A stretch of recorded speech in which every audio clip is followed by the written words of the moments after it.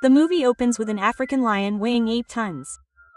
Suddenly, a boy named Craven pounces on him and begins clawing him like crazy. This terrifying attack was caused by his father's foolishness. He made the foolish decision to challenge this king of the open field.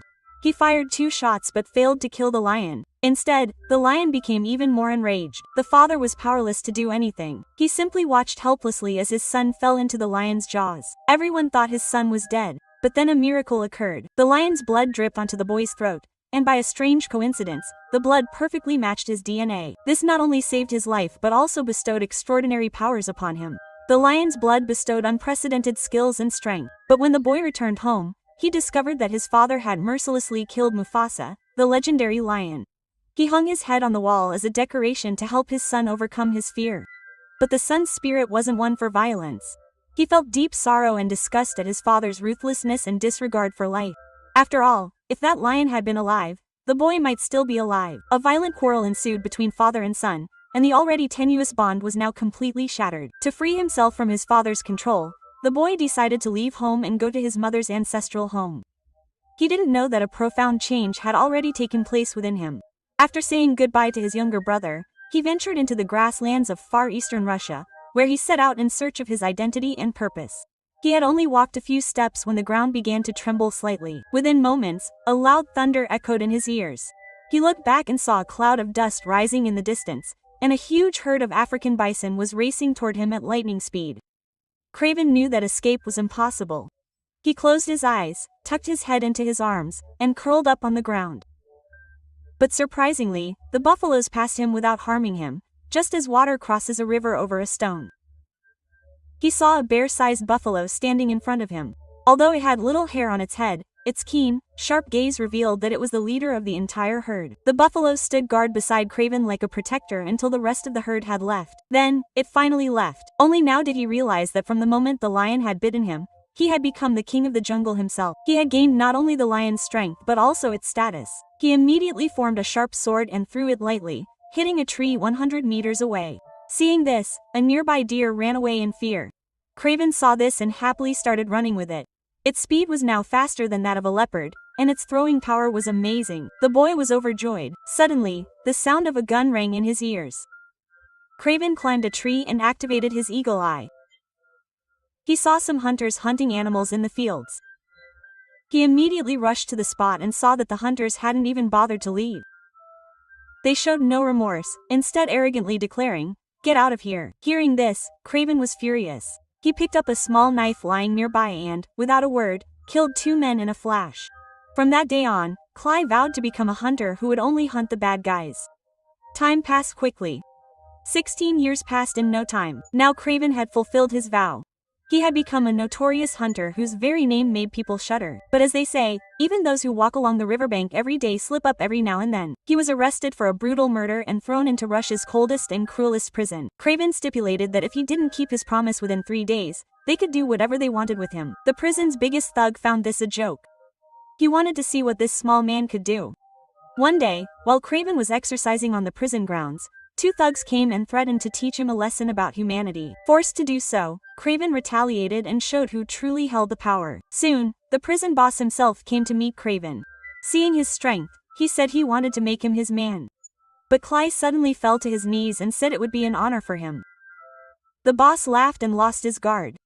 Then Craven pulled a sharp object from his pet dog's mouth and killed 2 of the henchmen standing behind him in an instant. Then, rushing forward, he threw the boss against the wall and said, "What I hate most are people like you, who deal in the dark world and destroy families." In fact, Craven had already planned his arrival at the prison. He had come to assassinate the boss. Before the jailer could react, Craven picked him up and threw him onto the roof. Then, like Spider-Man, he climbed the walls and broke through the iron window.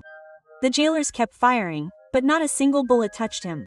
Craven fled into the snowy forest. But he had barely escaped the humans when nature struck. A powerful blizzard surrounded him, as if a giant lion was about to devour him. The next morning, the jailers found a corpse nearby. A tattoo on his neck indicated it was Craven's. Everyone assumed he was dead. But the truth was that Craven was sitting in a plane, slowly erasing his neck tattoo. It was all a ruse. People in the forest were already willing to help him, and his goal was to disappear without a trace. His plan was almost perfect, but there was one flaw. The prison gang's boss was already monitoring Craven through cameras. he discovered that Craven also had a younger brother. He seized the opportunity and kidnapped Craven's brother before he could reach his home. Craven arrived just as the kidnappers left. He saw the scattered belongings and knew something bad had happened. He went to the balcony and saw the kidnappers leaving in the car. Without a second thought, Craven jumped barefoot from a height and landed perfectly. Then he started running after the car. The kidnappers were stunned by his speed. They were unsure whether he was a human or a machine. They increased the speed of the car, but Craven broke the window and jumped into the adjacent street. He collided with the car with great force. Then, without caring, he ran like a madman. He held onto the car like a spider. The robber tried to change direction and throw him off, but Clay's grip was so strong. It was as if he had magnets in his hands. He wouldn't let go under any circumstances. Craven tried to break the car window.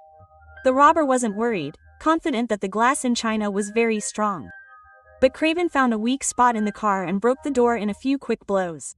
Everyone thought their brother would be saved, but then the bandit showed his cunning. He rammed into a nearby car. Craven lost his balance and fell heavily to the ground. The shock created a considerable distance between them. The bandit quickly ran to his hideout, from where he was supposed to escape by helicopter. By the time Craven reached there, the helicopter had already taken off. But he didn't give up. He picked up a nearby rope and, with precise aim, tied it to the helicopter's leg. He tried to stop the helicopter with all his might. The bandit saw this and thought there was no more time. He drew his gun and opened fire. Craven was forced to let go of the rope, saving himself. But this obstacle gave the pilot time to accelerate.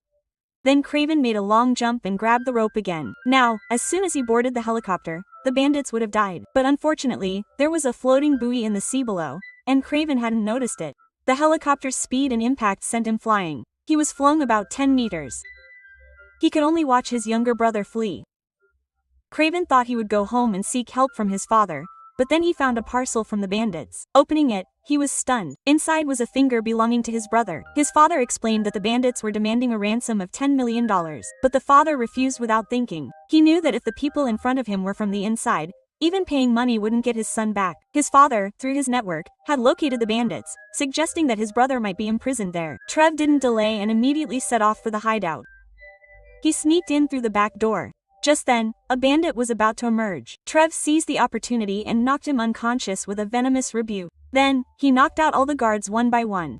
As he advanced deeper, the number of guards also increased. But the strange thing was that none of the bandits recognized him. Craven walked freely, and everyone was blind. The two bandits standing near Siri were so stupid that their eyes could have been donated to someone in need.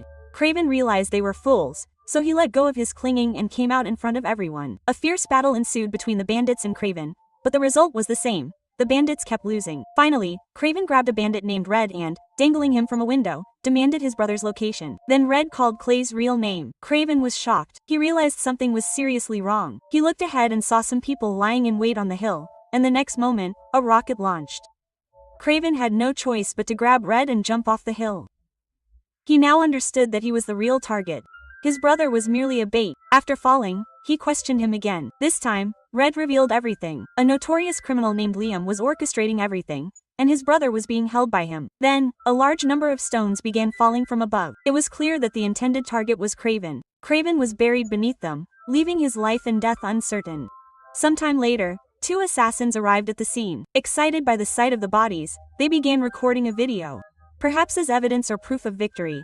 After quickly eliminating the two men, Craven called his girlfriend and told her to leave the company immediately. Because Liam could kidnap his younger brother, his girlfriend would also be in danger. So, the two flew to a secret base. But they had no idea that their base had already been exposed. Liam's men had stolen samples of Craven's needles, the needles he used to kill people. Analysis revealed a rare plant that grows only in a specific area. This gave Liam the location of Craven's base. Liam arrived there with his men and forced Craven's brother to call his brother and negotiate a truce. But Craven wasn't alarmed, as the forest was his domain, where he had become king of the wild creatures. Liam, on the other hand, had also made elaborate preparations. He had spread numerous hunting equipment throughout the forest. However, Craven sensed all the traps and used them against Liam's men. Hearing the screams all around, Liam deployed his secret weapon, a helicopter that flew over the forest and began firing. When the gunfire stopped after a while, it seemed as if the danger had passed, but Liam had laced the bombs with a sedative. Craven was already under its influence. He felt as if flies were crawling over his body, and even huge flies were falling from the sky. Just then, an assassin emerged from the trance and began charging towards him. Craven was completely confused and weakened. The assassin also fired additional drug-laced arrows at him. The scene seemed like a one-sided massacre, but in the end, Craven mustered his courage, grabbed the assassin, threw him to the ground, and beat him savagely. But the next moment, he saw that it was just a piece of wood. It was all an illusion. The real killer was about to kill Craven when his girlfriend arrived and saved him at the right moment. Seeing Craven's condition, she immediately took out the life potion handed down from her ancestors, which was said to bring anyone back from the brink of death. Indeed, within moments, Craven was back to full strength. Now was the time to take revenge on Liam. Meanwhile, Liam had no idea. He was returning home, assuming Craven was dead. Suddenly, a panic-stricken noise arose outside his vehicle. A herd of wild bulls was charging towards him. He immediately activated the potion in his body, causing him to grow dangerously thick skin and armor-like structures. He had become a true rhino, unaffected by any weapon. The bulls rammed his vehicle, causing havoc all around, but Liam was unaffected. Soon, Craven arrived as well. The two faced off, and a fierce battle ensued. Craven fell to the ground in the very first confrontation. Liam's strength was far greater than his. He even overturned a moving vehicle with his horns. Craven was constantly attacked, unable to defend himself. At one point, he tried to take cover behind the vehicle and retaliate, but Liam grabbed him and began strangling him. In this crucial moment of life and death, Craven's eyes fell on the rhino's groin. He picked up a nearby iron pipe and thrust it there.